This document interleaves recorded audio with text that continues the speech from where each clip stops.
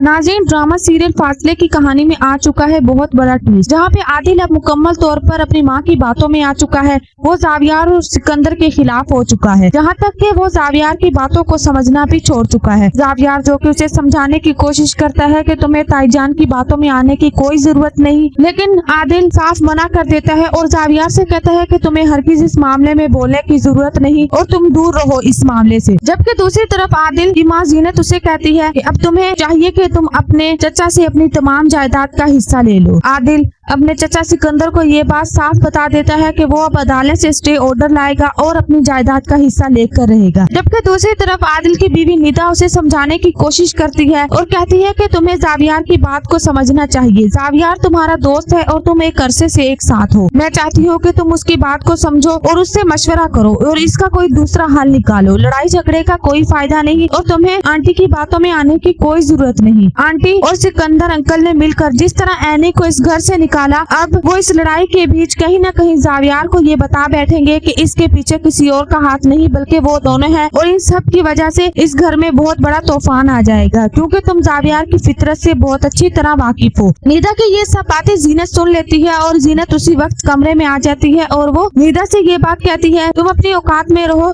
तुम्हारी इतनी हैसियत नहीं कि तुम इस घर के मामलात में बोलो, क्योंकि मैंने सिर्फ और सिर्फ तुम्हारी शादी अपने बेटे से इसलिए की क्योंकि मेरा बेटा तुमसे शादी करना चाहता था। तुम इस काबिल नहीं कि इस घर की बहू बनती, इसीलिए तुम मामला से दूर रहो, वरना मैं तुम्हें बिल्कुल एनी की तरह इस घर से उठाकर बाहर फेंक दूंगी। ये बात सुनते ही निदा परेशान हो जाती है, उसका दिल भर आता है क्योंकि उसे इस बात की तवक्को ही नहीं होती है कि जीनत आंटी इस हद तक जा सकती हैं। आदिल जो कि अपनी मां को रोकने की कोशिश करता है और ये बताता है कि आपने एनी के साथ बहुत बड़ी ज्यादती की, अगर आप एनी के साथ ऐसा ना करती तो हमारे साथ बिल्कुल भी ये सब ना हो रहा होता, लेकिन इस सब के पीछे कहीं न कहीं आप ही इसकी वजह है। आदिल ये बात कहकर कमरे से बाहर चला जाता है, जबकि दूसरी तरफ सिकंदर जीनत को कहता है कि तुम अपने बेटे को समझाओ वो इस मामले से दूर रहे, क्योंकि मैं नहीं चाहता कि तुम्हारा और मेरा नुकसान हो। अपने बेटे को समझाओ कि वो कोई भी कानूनी कार्रवाई ना करे। लेकिन जीनत सिकंदर को कहती है कि मैं हरगिज ऐसा नहीं करूंगी, मुझे और मेरे बेटे को हमारी जायदाद का हिस्सा दो ताकि हम सुकून से रहें, वरना मैं तुम्हारे बेटे को तुम्हारी तमाम असलियत बता दूंगी